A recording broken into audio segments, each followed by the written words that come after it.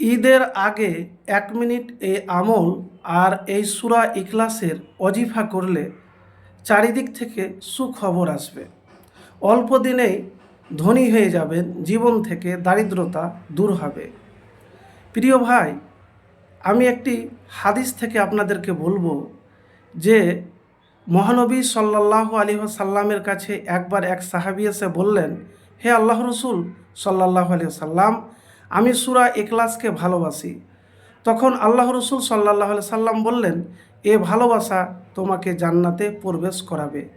বুখারী শরীফ হাদিস নাম্বার 774।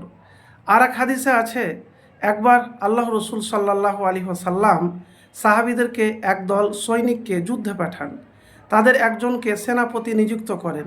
তিনি যুদ্ধকালীন দীর্ঘ সময়ে কেবল সূরা ইখলাস দিয়ে নামাজ পড়িয়েছেন।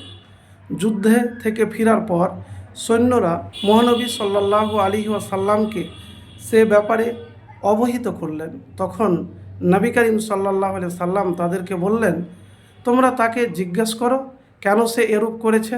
সাহাবীরা জিজ্ঞেস করলে সেনাপতি তাদেরকে জানান, এ সূরা আল্লাহর গুণাবলী বর্ণিত হয়েছে, তাই এ সূরাকে ভালোবাসি। মহানবী সাল্লাল্লাহু আলাইহি সাল্লাম তখন সাহাবীদেরকে বললেন, তোমরা তাকে গিয়ে বলো আল্লাহ তাকে ভালোবাসেন। বুখারী শরীফ 7375। আর এক হাদিসে আছে, সূরা ইখলাস দারিদ্রতা দূর করে। সাহাল ইবনে সাদ সাঈদী রাদিয়াল্লাহু তাআলা থেকে বর্ণিত আছে যে এক ব্যক্তি আল্লাহ রসুল সাল্লাল্লাহু আলাইহি সাল্লামের কাছে এসে দারিদ্র্যের অভিযোগ করলে তখন মহানবী সাল্লাল্লাহু আলাইহি সাল্লাম তাকে বললেন, যখন তুমি ঘরে ফিরবে তখন সালাম দেবে এবং একবার সূরা ইখলাস পড়বে। এ আমল করার ফলে কিছুদিনের মধ্যে তার দারিদ্র্য দূর হয়ে যায়। কুরতুবী 185 নম্বর পৃষ্ঠা। তো প্রিয় ভাই, আপনি ঘরে যখনই প্রবেশ করবেন তখনই সালাম দিবেন, তারপরে সূরা ইখলাস একবার পাঠ করবেন। আর ঈদের আগে যে আমি আমলের কথা বলেছি, এই আমল হলো আল্লাহু আকবার কবিরা, আলহামদুলিল্লাহি কাসিরা, সুবহানাল্লাহি বুকরাতাও ওয়া আসিলা একবার পড়বেন, দুরূদ শরীফ পড়বেন, তারপরে হাত উঠিয়ে আল্লাহর কাছে আপনি দোয়া করবেন। আপনার যে অভাব আছে, দারিদ্রতা আছে, কষ্টে আছে, পেরেশানিতে আছেন, আপনার যে কোনো সমস্যা ইনশাআল্লাহ দূর হয়ে যাবে।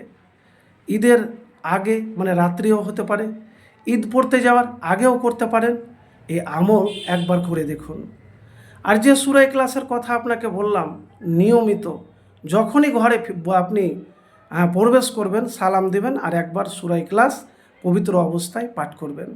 প্রিয় ভাই, আরেকটি আমল হলো ঈদের নামাজের আগে কোনো মানুষের সাথে নিজ হোক পর হোক যদি আপনার ঝগড়া হয়ে থাকে, আপনার সাথে ঝামেলা হয়ে থাকে, অন্তরটাকে পরিষ্কার করে আপনি ঈদের নামাজ পড়তে যাবেন আর আল্লাহর কাছে দোয়া করবেন যে আল্লাহ, কোনো মানুষের কাছে যেন আমাকে হাত না পাততে হয়, হাত আমাকে যেন না পাততে হয়।